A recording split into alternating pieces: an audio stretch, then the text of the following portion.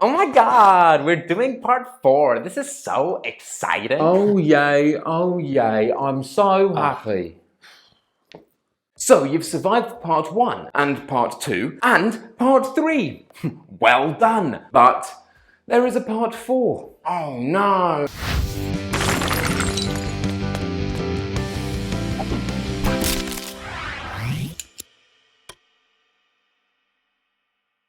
Part 4 of the B2 First Speaking exam is 4 minutes long if you have one partner, or 6 minutes long if you have 2 partners. The structure is simple. The examiner will ask you questions and you must respond to them. Yeah, that's it. Yeah, alright then, so ask me some questions. No, ask me the questions. I want to go first. Alright then, ask her some questions. Yeah. I want to go home. Can we hurry up, please? How important is money when choosing a job? Oh my god, you are so gross. I'll go first, okay? Go first. Yeah? Okay, it's very important. What she said. Yeah, don't do that. The questions in part 4 will be related to the topic you discussed with your partner in part 3. They will be open questions, so please give reasons for all of your answers. If you do not explain your reasons, then the examiner will ask you a very annoying question. Why? Yeah, because money allows us to live a good life. Like, money can buy me bags and shoes and sushi. Without money, I would be so depressed, and that would be awful. What was Bruce doing here? Nothing. Bruce was doing nothing. Who are the questions for in part 4? Well, the interlocutor, the person speaking, did not say anyone's name, so who speaks? You both speak. Part 4 is not the same as part 1. In part 1, the interlocutor asks you simple, basic questions about familiar topics.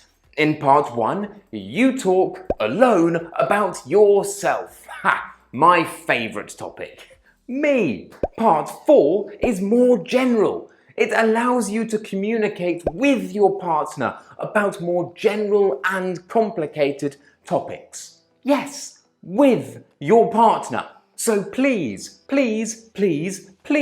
when you start part 4, turn your chairs inwards so that you are facing your partner. You love your partner. You want to talk to your partner because, wow, your partner is so interesting. Yes. Okay. Monica, have you shaven your beard recently? Because it is looking very beautiful today. Oh my god, Bruce, that is so rude. Bruce, shut up. When was the last time you, had a shower? You smell like urine. Ugh. Monica, that is the scent of a male. Yeah? When the interlocutor asks you and your partner a question, you will probably see them making this weird movement with their hands. Like this. This is because they want you and your partner to answer the question together. So, Bruce and Monica, try it again, but this time, answer the question together. As a team. It's a conversation, and we love conversations. We do. We really do. How important is money when choosing a job? Yeah, I think money is really important because it allows us to live a good life.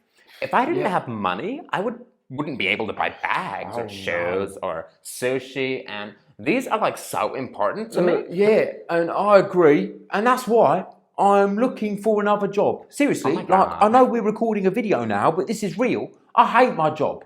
I want to leave. I don't like working with you two. And I hate it here. What am I doing? Why? Oh my god, workplace drama. So exciting. Oh, bloody hell. The problem here is that Bruce did not acknowledge what Monica actually said. Instead, he said, I agree, and spoke about something completely unrelated, and that is not a conversation. Please never say I agree. And never say I disagree, because it is simple, it is boring, and it will not get you the marks that you want. And the marks that you want are the marks that I want you to get. So don't make me sad. Thanks. Instead, you must link your contribution with what your partner said before you. So how do you do this? Rephrase what your partner said to demonstrate that you were listening, but please do this in your own words. Then comment on what your partner said, and this comment should let your partner and the examiner know what your opinion is without you saying, I agree or I disagree. Finally, give your own thoughts on the question. In English, this is what we call a conversation. Wow, a conversation. Do you think people work too much in today's society? Yeah. I, for example, have to work about 3 hours every single day, and it is so difficult. Oh, I have to stand in front of a camera like an idiot with these people, and seriously, right, it's humiliating. It would be much better if people could work less and do what they love. Yeah, like drinking, for example. Oh my God, Bruce, 3 hours a day? Yes. Oh my God, that is like modern day slavery. know. That is a lot of work. Slavery. Especially if you're like standing in front of a camera. Being in front of a camera is like the most difficult thing ever. Yeah. Ugh. I think people forget about what is important in life. It's true. I mean, if you're working for 3 hours every single day, then how can you enjoy being beautiful, for example? I think we need to change our modern idea of work.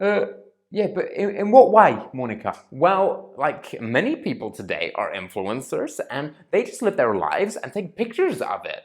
Yeah. And they get paid for doing it.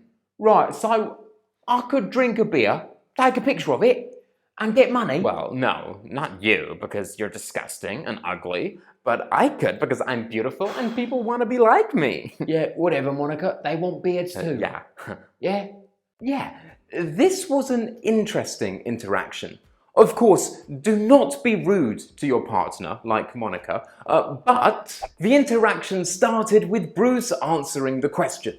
Then Monica rephrased Bruce's contribution. She expressed her agreement without saying I agree or I disagree. Then she answered the question herself, and finally she introduced a new topic. The modern idea of work. This is really good.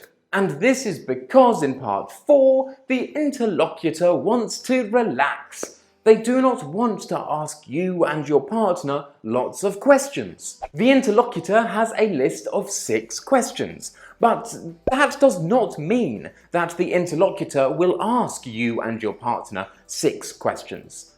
Actually, the best part 4s are the part 4s where the interlocutor only needs to ask the candidates a couple of questions, because the candidates just talk and talk and talk, and the interlocutor can sit back, relax, listen and think, wow, this is a great conversation. Look how good these people are at speaking English. I love these people. Let's give them high marks. Ha!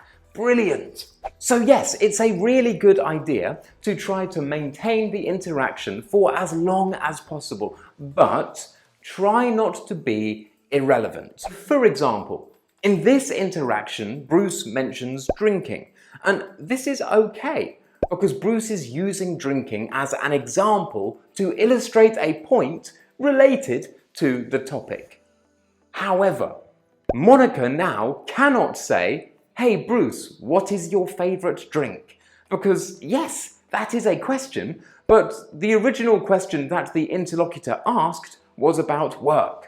If you now start talking about alcoholic drinks, well, what are you doing? That's not, no, don't do that, please. Ugh. So if your partner introduces a new topic or says something interesting, then ask them about it. You are fascinated by your partner. You love your partner's brain, and you want to know all about it. So ask them questions, they are interesting, you love them, and enjoy the questions that you ask them. Yeah. But she's not interesting. She is an idiot. Excuse me, Bruce, shut up. I'm talking about the nature of work. I'm basically a philosopher. Yes, you're very intelligent, Monica. Well done. So your partner talks, you rephrase it, you comment on it, then you introduce your own idea, then your partner does the same. If your partner mentions an interesting topic, you ask them a question about it, and then you rephrase that, you comment on it, and then introduce your own idea. And you do that over and over and over again, and that's the perfect part 4. But sometimes the interlocutor might direct a question to one candidate. Oh my gosh, why? Some people say that we form our most important relationships at work. Do you agree, Bruce? But I want to go first. Shut up, Monica. Yeah, he wants to talk to me. For example, I don't really like the people I work with, and so I don't really think that people always form relationships at work. Yeah, I think often people cannot reveal who they really are at work because they must be a professional. So it's hard to make friends. Yeah, can I talk now? I've got lots to say. Here the interlocutor directed the question to Bruce. The question was not for both candidates. The interlocutor will do this when they do not feel that they have heard enough from one of the candidates. Maybe this candidate is very shy, or maybe their partner talks a lot and it's difficult for them to involve themselves in the conversation. If this happens to you, don't worry. The interlocutor is helping you. Remember, this is a speaking exam, and the interlocutor must hear you speak in order to give you the marks that you want. They are giving you the opportunity to use some wonderful grammar and vocabulary so they can say, wow, this person is great. And Monica, what do you think? Oh my God, finally. What was the question again? But please do not be Monica. Just because the interlocutor has asked your partner a question doesn't mean that they will not ask you to comment on it and to comment on what your partner said. So make sure you always listen to the question and make sure that you always listen to your partner's response. And listen actively. Let the examiners know that you are listening and let your partner know that you are listening, because it's much nicer speaking when you feel that people are listening to you. Like me now. No one is listening to me. I'm alone in a room. I have no friends and no life. And I feel sad. Please, don't make your partner feel the way that I feel right now. What qualities do you think make a good boss at work? Well, I think that the boss should be understanding and fair and attractive. I also do not think the boss should ask their staff to do anything that they wouldn't do themselves. Yeah, it's important that a boss can relate to the needs of his staff, right? And he mustn't exploit them. But I'm not sure that being attractive is important though, Monica. Why'd you say that? Because I find it motivates me when my boss is attractive, because I always want to impress a hot guy. Don't you? No, Monica, I don't. Do you think that your boss now has those qualities? No, not really. Toby, he always makes us do these stupid speaking exam practices. It's true. And I already speak English and I don't even need to be doing this. I also don't think he appreciates me as an employee. And it's so important that a boss makes their employees feel valued. Yeah, it is. Yeah. I think that feeling valued is like the most important part of job satisfaction. If you don't feel valued, then it hurts your motivation, don't it? And so it's the boss's duty to ensure that all employees feel like an important part of the business. I completely agree, and I do not feel that way working here. Oh my God, Toby is terrible. Yeah, he's an idiot. I don't even know why we're working. Right, that's enough, we're finished. Go away. So remember, 1. Part 4 consists of the interlocutor asking you and your partner questions. 2. The questions are aimed at both of you, so please have a conversation. 3. Please give reasons for your answers. Otherwise, the examiner will ask you, why? And examiners hate doing that. 4.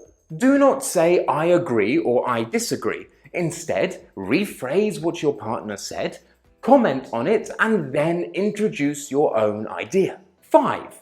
The examiner may ask a question to one candidate only, and this is to encourage them to talk more. It's not a problem, do not worry about it. 6. Remember to actively listen to your partner. Even if the question was not directed at you, you must demonstrate to the examiner and your partner that you are listening to them. Very important. And number 7, relax. Try to have a natural conversation with your partner. Remember, your partner is your friend. So relax, talk to them, and enjoy it. Try and enjoy the moment. Yeah, do not rehearse things in your head, and please do not memorize grammar structures for part 4. If you do this, the conversation will seem very unnatural, and it will make your partner feel uncomfortable. Do you rehearse real conversations in your head? No, you don't. Well, maybe you do. I do. I rehearse conversations with myself all the time because I have no one else to talk to. Trust me. If you rehearse material for part 4, the examiners will know. Yeah. And with that, we are finished. Now you know everything you need to know about part 4 of the B2 First Speaking exam. If you liked the video, don't forget to smash that like button, subscribe if you haven't already, leave a comment down below. My name is Toby, and this was Smash English.